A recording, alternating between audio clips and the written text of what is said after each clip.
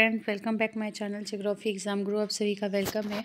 तो मैं आप लोग को बोली थी कि पीआरटी का जो है सोशल साइंस और साइंस दोनों का ही क्वेश्चंस जो है एक वीडियो में करवा दूंगी। और ये 2018 का प्रीवियस ईयर है, प्लस इसको कनेक्ट करके प्रेजेंट के साथ मैं आपको बता रही हूँ। जैसे क्वेश्चन पहले का, लेकिन अभी अगर किसी क्वेश्चन का अभी पूछा जाए तो इसका आंसर क्या होगा वो भी डिस्क्रिप्शन के साथ। तो चलिए स्टार्ट करते हैं। नेक्स्ट देखिए, पहला क्वेश्चन है 2011 जनगणना के अनुसार निम्नलिखित अंकों में से भारत के जनसंख्या घनत्व को कौन दर्शाता है। ठीक है, तो देखिए इसका आंसर आप देख ही रहे हो। इसका आंसर हो जाएगा सी 382 व्यक्ति वर्ग किलोमीटर। 2011 जनगणना के अनुसार भारत का जनसंख्या घनत्व 382 व्यक्ति वर्ग किलोमीटर है। प्रति वर्ग किलोमीटर क्षेत्र में रहने वाले लोगों की जनसंख्या को ही हम लोग क्या जनघनत्व कहा जाता है। और 2011 की जनगणना के अनुसार भारत का सर्वाधिक जनघनत्व वाला राज्य जो है राज्य बिहार है, जहाँ पे 1106 व्यक्ति प्रति वर्ग किलोमीटर तथा न्यूनतम जनघनत्व वाला राज्य अरुणाचल प्रदेश, जहाँ 17 व्यक्ति प्रति वर्ग किलोमीटर है। नेक्स्ट क्वेश्चन है, अगर 1 डिग्री के अंतराल पर अक्षांश रेखाओं को खींचा या चिन्हित किया जाए तो उत्तरी गोलार्ध में उनकी कुल कितनी संख्या होगी। ठीक है, 89, 90, 91 या 180। तो इसका आंसर हो जाएगा बी 90। विषुवत रेखा के उत्तर तथा दक्षिण स्थित किसी भी स्थान की विषुवत रेखा से कोणीय दूरी को उस स्थान का अक्षांश कहा जाता है तथा समान अक्षांशों को मिलाने वाली रेखा को अक्षांश रेखा कहा जाता है। अक्षांश रेखाएं विषुवत तथा भूमध्य रेखा 0 डिग्री अक्षांश रेखा के समानांतर होती है। इनका विस्तार 0 डिग्री से 90 डिग्री उत्तर तथा दक्षिण की ओर होता है। अतः अगर भूमध्य रेखा से उत्तर की ओर गणना किया जाए तो कुल रेखाओं की संख्या 90 होगी।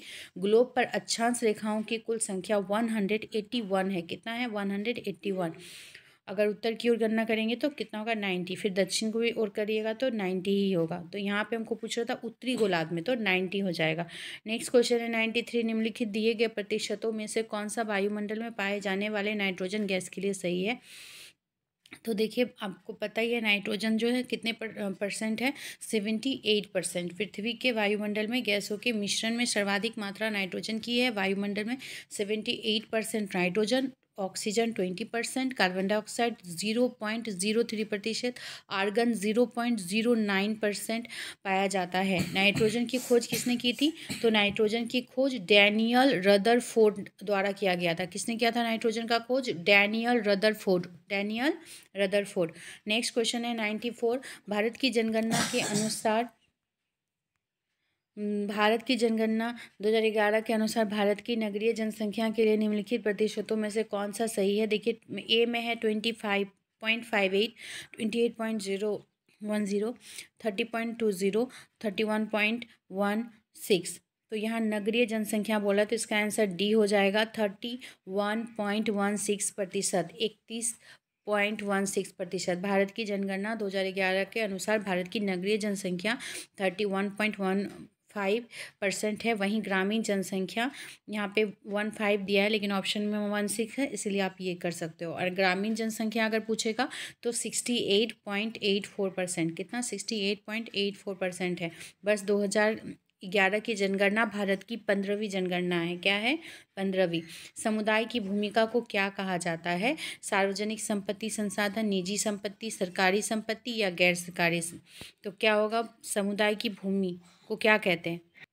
तो इसको होगा सामुदायिक संपत्ति वे संसाधन माने जाते हैं जिसमें किसी गांव या समुदाय की पहुंच हो तथा जिन पर किसी व्यक्ति विशेष का कोई अलग से मालिकाना अधिकार नहीं हो। भारत में गांव के चारागाह, वन भूमि, सामूहिक खलिहान, पहाड़, नदी, नाले, तालाब आदि इन सामुदायिक संपत्ति के अंतर्गत आते हैं। क्या आते हैं? सामुदायिक संपत्ति। ठीक है, नेक्स्ट क्वेश्चन है 96, उष्णकटिबंधीय निम्नलिखित में से किन अक्षांशों के बीच में होता है। तो उष्णकटिबंधीय किन अक्षांश के बीच होगा? तो आपको पता ही है इसका आंसर क्या होगा? ए 23 डिग्री 1/2 उत्तर और 23 1/2 दक्षिणी, यानी 23.5 डिग्री उत्तरी अक्षांश से 23.5 डिग्री दक्षिणी अक्षांश के मध्य भाग को कहा जाता है उष्णकटिबंधीय। ठीक है, इस क्षेत्र में विषुवत रेखा होने के कारण तापमान हमेशा ऊंचा रहता है और उष्णकटिबंधीय क्षेत्र में सघन वन अत्यधिक पाए जाते हैं, जिसके कारण यहाँ वर्षा सर्वाधिक होती है और यहाँ पर सदाबहार वन अधिक होते हैं। नेक्स्ट क्वेश्चन है 97। भारत की जनगणना के अनुसार 2001 और 2011 के बीच निम्नलिखित प्रतिशतों में से कौन दशकीय जनसंख्या वृद्धि दर दर्शाती है? 16.64%, 17.64% या 18.25% या 19.34%। तो भारत की जनगणना के अनुसार इसका क्या होगा? आंसर हो जाएगा बी। 2001 से 2011 की जनगणना के अनुसार दशकीय वृद्धि जो है 17.64%, 17.64% थी। दशकीय वृद्धि पिछले दशकीय वृद्धि से कम है। सर्वाधिक दशकीय जनसंख्या वृद्धि भारत में 91 से 71 के बीच में थी, 61 से 71 के बीच में थी। तो इसका आंसर बी हो जाएगा। नेक्स्ट क्वेश्चन है निम्नलिखित में कौन सा कथन सही है? ठीक है, राजतंत्र में राजा के पास शासन करने के लिए पूर्ण शक्ति होती है। बी, राजतंत्र में राजा के निर्णय पर प्रजा प्रश्न कर सकती है। लोकतंत्र में राजा के पास शासन करने के लिए पूर्ण शक्ति होती है। लोकतंत्र में प्रतिनिधियों के चुनाव की प्रक्रिया में प्रजा भाग में नहीं लेती। तो बोल रहा है कौन सा कथन सही है? तो इसका आंसर क्या हो जाएगा? ए, राजतंत्र में राजा ही प्रधान होता है। ठीक है, यहाँ बोला राजतंत्र में राजा के पास शासन करने के लिए पूर्ण शक्ति होती है, तो ये जो है वो सही है और शासन की सारी शक्ति उन्हीं के पास निहित होती है। राजतंत्रात्मक प्रणाली में चुनाव जनता द्वारा न होकर वंशानुगत तरीके से किया जाता है। इस प्रणाली में मौलिक अधिकार जो होता है वो गौण रहता है।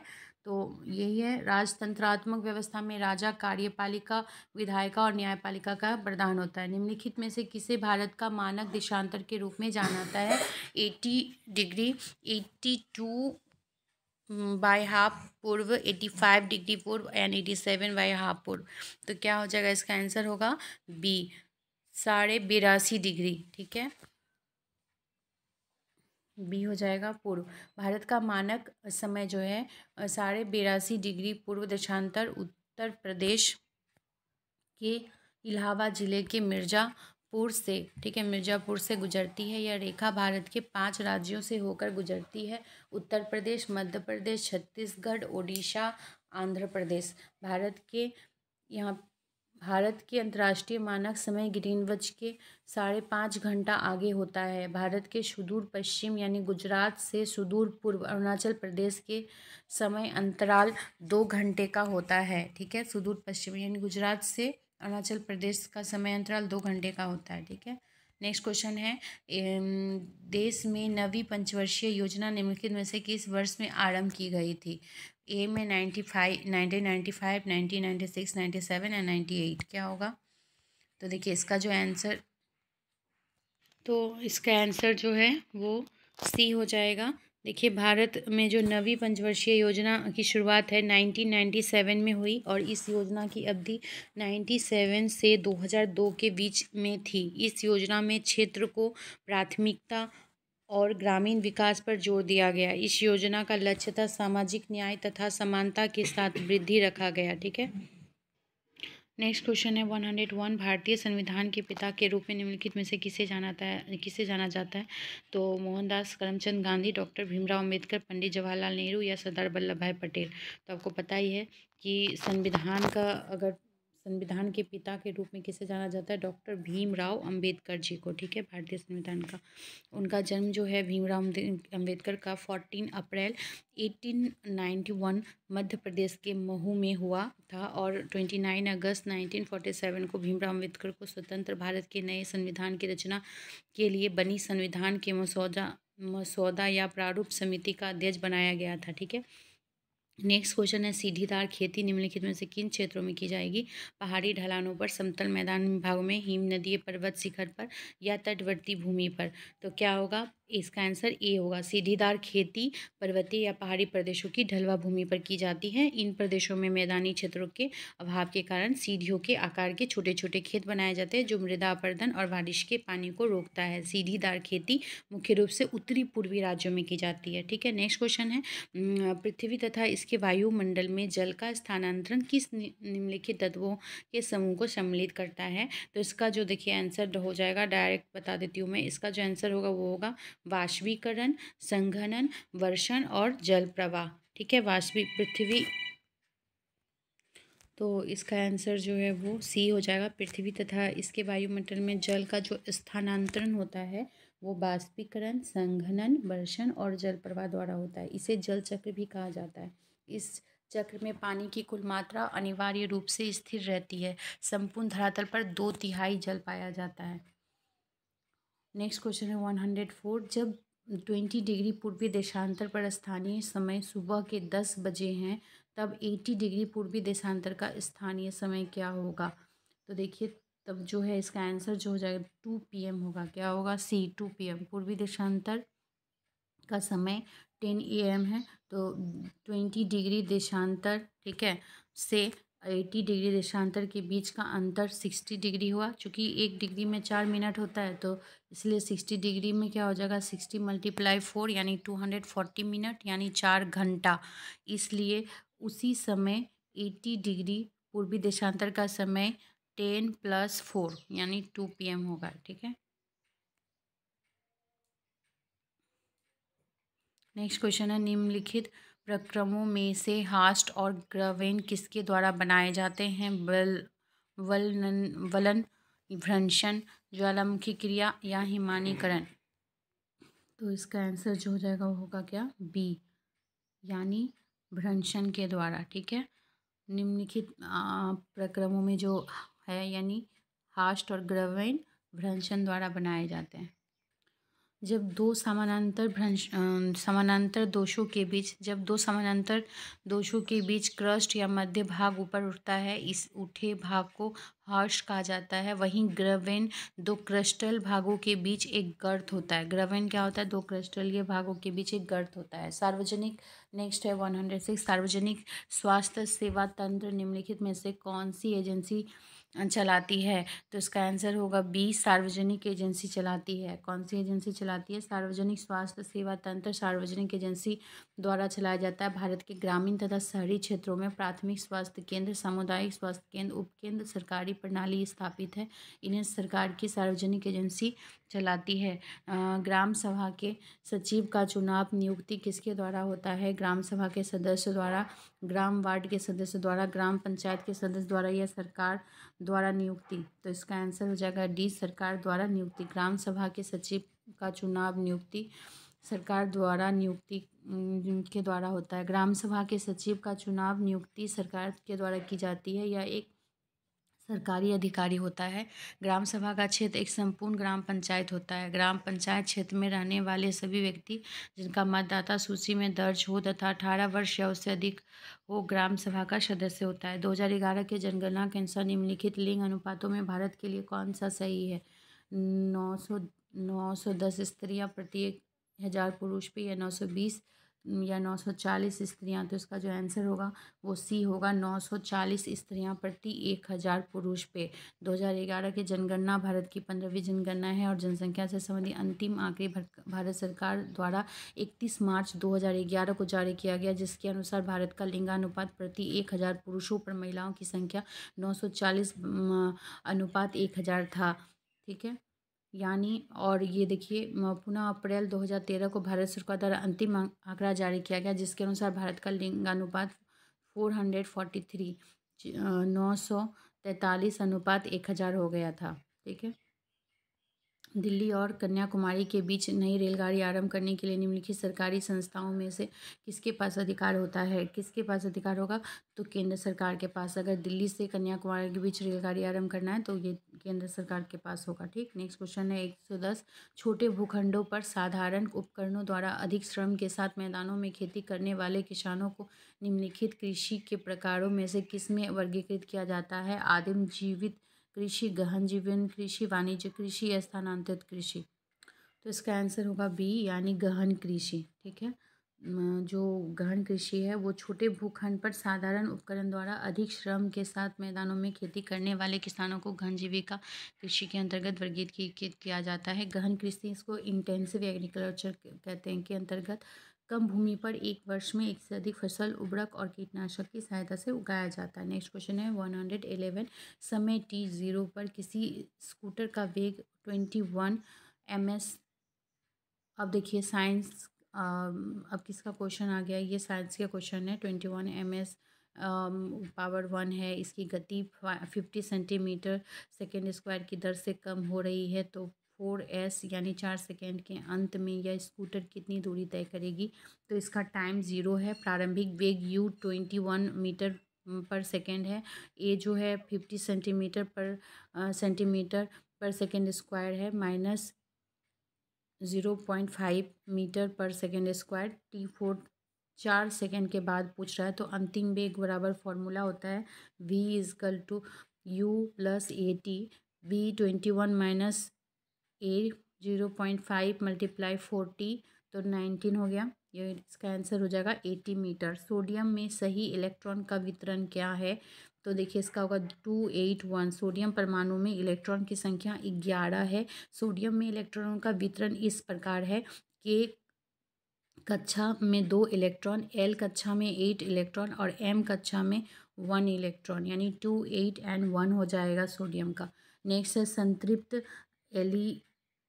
एसिलिक हाइड्रोकार्बन यौगिक है। संतृप्त एसिलिक हाइड्रोकार्बन किसका यौगिक है, तो इसका आंसर होगा ए ब्यूटेन का। संतृप्त एसिलिक हाइड्रोकार्बन ब्यूटेन का हाइड्रोकार्बन है। कोई पिंड दो क्रमागत समान दूरियों को v1 v2 चालों द्वारा तय करता है, इस पिंड की औसत चाल कितनी होगी, तो इसका आंसर हो जाएगा डी। पिंड v2 v2 bye v1 plus v2। ए की चाल v1 तथा पिंड बी की चाल v2, समान दूरी के लिए औसत चाल क्या हो जाएगा 2v into v2 plus by v1 plus v2। ठीक है, कोई खुली जीप किसी सरल रेखी पथ पर एक समान वेग से गतिमान है। आगे की सीट पर बैठा कोई व्यक्ति किसी गेंद को ऊर्ध्वाधर ऊपर उछालता है। कुछ समय पश्चात वह गेंद क्या होगा, उसके हाथ पर गिरती है, जीप के सामने गिरती है, जीप के पिछले सीट पर गिरती है, जीप के बाहर गिरती है, क्या होगा, तो जो इसका आंसर होगा वो होगा ए, उसके हाथ पर गिरती है। जब किसी वस्तु को ऊर्ध्वाधर ऊपर उछाला जाता है तो वह उसका पथ किसी कोण पर परवलय होता है। यदि कोई खुली जीप किसी सरल रेखी पथ पर एक समान वेग से गतिमान है और आगे के सीट पर बैठा कोई व्यक्ति किसी गेंद को ऊर्ध्वाधर ऊपर उछालता है, तो कुछ समय पश्चात वह गेंद उसके हाथ पर गिरती है। अब नेक्स्ट क्वेश्चन है, देखिए 15 ms1 के क्षैतिज वेग से किसी सरल रेखा के अनुदिश गतिमान कोई 40 kg द्रव्यमान का पिंड 10 kg द्रव्यमान के किसी स्थिर लकड़ी के गुटके के से टकराकर चिपक जाता है। यदि पृष्ठ चिकना है तो संघटन के पश्चात संयुक्त पिंड यानी पिंड और लकड़ी का गुटका उस सरल रेखा के अनुदिश किस वेग से गति करेगा, तो इसका देखिए जो आंसर हो जाएगा वो होगा सी 12 ms पावर 1। ठीक है, ये है आपका फॉर्मूला उसका निकालने का। वस्तु का द्रव्यमान निकालेंगे, m1 is equal to 40 kg, u15 लकड़ी के गुटके का द्रव्यमान, m2 10 kg और u2 0। टकराने के समय गति m1 by u1 plus m2 plus u2 equal to 40 multiply 15 plus 10 into multiply 0 equal to 600। देखिए निकलने के बाद इसको हम लोग क्या कर देंगे, 50 से डिवाइड करके ये निकल गया। नेक्स्ट क्वेश्चन है, कोई पिंड इस प्रकार गति करता है कि उसके द्वारा चली गई दूरी के लिए गए समय के वर्ग के अनुक्रमानुपातिक है। इस पिंड की गति के विषय में क्या निष्कर्ष निकाला जा सकता है, तो इसका जो आंसर हो जाएगा वो हो जाएगा बी। पिंड का जो त्वरण है, पिंड का त्वरण नियत है। ठीक है, ये है पिंड का त्वरण फॉर्मूला, अतः पिंड का त्वरण dv/dt इजकल टू a यानी नियत है। पृथ्वी पर जल के संसाधन है। जल के संसाधन क्या है, समुद्र, महासागर, पर्वत और ध्रुवों पर हिम, मानसून वर्षा, या डी में महासागर, हिम, वर्षा और भूमिगत जल, तो इसका आंसर क्या होगा डी। महासागर, हिम वर्षा और भूमिगत जल जल के संसाधन पानी का स्रोत होते हैं। पृथ्वी पर जल के कई संसाधन हैं, महासागर, हिम वर्षा, भूमिगत जल आदि। तो पृथ्वी पर पानी की कुल उपलब्ध मात्रा भंडार को जलमंडल कहते हैं। नेक्स्ट है, इनमें से रबी की कौन सी फसल नहीं है? सरसों, मटर, काला चना, गेहूँ। तो देखिए ये सभी रबी की फसलें हैं, सरसों, मटर, काला चना और गेहूँ। तो रबी की फसल अक्टूबर और नवंबर के महीनों में बोई जाती है। यह फसलें कम तापमान के समय बोई जाती है और पकते समय गर्म वातावरण की आवश्यकता होती है। तो इसलिए इसका ऑप्शन जो है ये मतलब कोई भी सही नहीं है। सरसों, मटर, काला चना, गेहूँ ये सभी जो है रबी की ही फसलें हैं। नेक्स्ट है, कौन सा भोजन तुरंत ऊर्जा देती है? कौन सा भोजन तुरंत? भोजन जिसमें कार्बोहाइड्रेट अधिक हो, भोजन जिसमें वसा अधिक हो, जिसमें विटामिन अधिक हो, जिसमें प्रोटीन अधिक हो। तो ऊर्जा कौन देगी ज़्यादा? जिसमें कार्बोहाइड्रेट युक्त जो होगा। कार्बोहाइड्रेट युक्त भोजन तुरंत ऊर्जा देती है। कार्बोहाइड्रेट सजीवों के शरीर के रचनात्मक तत्वों का निर्माण करते हैं। कार्बोहाइड्रेट के कई स्रोत हैं, जैसे गाजर, राजमा, गेहूँ का आटा, चावल आदि। संतुलित आहार में 45 से 65% कार्बोहाइड्रेट होता है। नेक्स्ट क्वेश्चन है, वाट सेकेंड किसका मात्रक है? ऊर्जा, बल, संवेग, शक्ति। तो वाट सेकेंड जो है वो ऊर्जा का मात्रक है। ठीक है, किसका है? ऊर्जा का। नेक्स्ट क्वेश्चन है, कौन से अंग के द्वारा रक्त को सारे शरीर में अभिगमन किया जाता है? हृदय, वृक्क, यकृत या फेफड़ा? तो इसका आंसर क्या होगा? हृदय। हृदय होगा। ये होगा केंद्रीय पंप अंग है जिसके द्वारा रक्त को सारे शरीर में अभिगमन किया जाता है, हृदय। यह पसलियों के नीचे एवं फेफड़ों के बीच स्थित होता है। मानव हृदय के 4 कोष्ठक होते हैं। कितने कोष्ठक होते हैं? 4। नेक्स्ट क्वेश्चन है, 123 10 kg द्रव्यमान का कोई पिंड 5 ms पावर 1 के वेग से गतिमान है। ठीक है, यदि इस पिंड का वेग 3 गुना कर दिया जाए तो पिंड की गति ऊर्जा में होने वाला परिवर्तन क्या होगा? तो देखिए आप m 10 है, v1 5 मीटर पर सेकेंड है। हम जानते हैं अगर गतिज ऊर्जा 1/2 mv² होता है तो 1/2 और मल्टीप्लाई 5 टू द पावर 2 हो जाएगा, यानी 125 जूल। ठीक है, अब वेग को हम 3 गुना बढ़ाने पर तो v2 = 5 × 3 है ना। तो 3 से गुना कर देंगे, 5 गुना बढ़ाए, 5 गुना बढ़ाने के बाद इसको मल्टीप्लाई कर दिए तो उसी फॉर्मूला पे 1/2 mv² पे तो आपका निकल गया 1125 जूल। तो गतिज ऊर्जा में कितना परिवर्तन हुआ? तो पहले वाला जो था अभी जो निकला उससे पहले वाले को घटा देंगे, 1000 आ गया। गतिज ऊर्जा में प्रतिशत परिवर्तन, तो इसको क्या कर दिए 1 इतना डिवाइड बाई 125 मल्टीप्लाई 100 यानी 800%। यहाँ वेग 3 गुना करने पर गतिज ऊर्जा 900% बढ़ गई है। कितना प्रतिशत बढ़ गई है? 900%। मनुष्य के शरीर में छोटी आंत की लंबाई होती है। छोटी आंत की लंबाई कितना होगा? 10 मीटर, 2 मीटर, 7.5 मीटर या 1 मीटर? तो इसका आंसर होगा सी, 7.5 मीटर। ठीक है, सी हो जाएगा। मनुष्य के शरीर में छोटी आंत की लंबाई 7.5 मीटर होती है। वयस्क मनुष्य के शरीर में छोटी आंत की लंबाई 6 से 7 मीटर अर्थात 20 से 23 फुट होती है तथा इसका व्यास 35 मिलीमीटर होता है। सही कथन को चुनिए। ईंधन का जलना भौतिक परिवर्तन है। मीथेल गैस बी, मीथेल गैस, CFC इत्यादि ग्रीन हाउस गैसेस नहीं हैं। सी, क्लोरोफिल जो एक हरित वर्णक है, प्रकाश संश्लेषण के उत्प्रेरक की तरह कार्य करता है। डी, यूरेनियम 235 किरणोत्सारी नहीं है। तो इसका आंसर क्या होगा? सही कथन को चुनिए। तो सी सही कथन है। क्लोरोफिल जो एक हरित वर्णक है, प्रकाश संश्लेषण में उत्प्रेरक की तरह कार्य करता है। ठीक है, क्लोरोफिल को फोटोसिंथेटिक पिगमेंट भी कहते हैं। क्लोरोफिल को क्या कहते हैं? Photosynthetic pigment. नेक्स्ट क्वेश्चन है, तृतीय श्रेणी के उत्तलकों के संदर्भ में दिए गए कथनों पर विचार कीजिए। उन उत्तलकों में आयास, आलंब और भार के मध्य में होता है। इन श्रेणी के उत्तलकों का यांत्रिक लाभ 1 से अधिक होता है। चिमटी तथा मानव भुजा का हथेली पर भार थामे रखना तृतीय श्रेणी के उत्तोलक के उदाहरण है। तो इसका आंसर क्या होगा? बी, 1 और 2। तृतीय श्रेणी के उत्तोलकों में आयास आलम्ब और भार के मध्य में होता है। आयास जो है आलम्ब और भार के मध्य में होता है। इन श्रेणी के उत्तोलकों का यांत्रिक लाभ 1 से अधिक होता है। नेक्स्ट क्वेश्चन है, कौन सा गलत है? बुध सूर्य के सबसे पास, शुक्र सबसे गर्म ग्रह, शनि बगैर रिंग का ग्रह और मंगल लाल ग्रह कहलाने वाला। तो इसमें कौन सा गलत है? सी गलत है। शनि जो है बोल रहा है बिना बगैर रिंग का ग्रह, तो शनि तो बगैर रिंग का नहीं है, रिंग का ही है, तो इसका आंसर सी हो जाएगा। नेक्स्ट है 128, 8 मैट्रिक टन द्रव्यमान का कोई इंजन 5 डिब्बों वाली किसी ट्रेन जिसमें प्रत्येक डिब्बे का द्रव्यमान, देखिए इससे कितना क्वेश्चन है, 2 मैट्रिक टन है, को क्षैतिज पटरी पर बल लगाकर खींच रहा है। यदि इंजन 3.5 × 10⁴ न्यूटन लगाता है तथा पटरी चिकनी है तो डिब्बा नंबर 1 डिब्बे नंबर 2 पर कितना बल आरोपित करता है? तो इसका आंसर बी होगा, 2.8 × 10⁴ न्यूटन। ठीक है, इसका फॉर्मूला देख लीजिए, मैट्रिक टन कैसे निकाला है,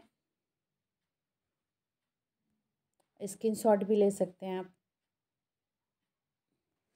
नेक्स्ट क्वेश्चन है 129, यदि किसी पिंड की गति की दूरी समय कोई सरल रेखा है परंतु वह समय अक्ष के समानांतर नहीं है, तो वह निष्कर्ष निकाला जा सकता है कि उसकी क्या? तो इसका आंसर होगा वेग नियत। ठीक है, डी हो जाएगा, डायरेक्ट बता दे रही हूँ मैं। यदि किसी पिंड किसी गति की दूरी समय कोई सरल रेखा है परंतु वह समय अक्ष के समानांतर नहीं है, इसका मतलब है कि वेग नियत करता है। किसी वस्तु के वेग परिवर्तन की दर को उस वस्तु का त्वरण कहते हैं। नेक्स्ट क्वेश्चन है, कौन सा कथन गलत है? ठोस और द्रव को संपीड़ित नहीं किया जा सकता जबकि गैस को संपीड़ित किया जा सकता है, सही है, तो ये सही है। गलत खोजना है हमको। बी में बोला है गैस सभी उपलब्ध स्थान को घेरे लेती है, सही है। द्रव शांतिपूर्वक वाष्पीकृत तथा शीतलता पैदा करते हैं।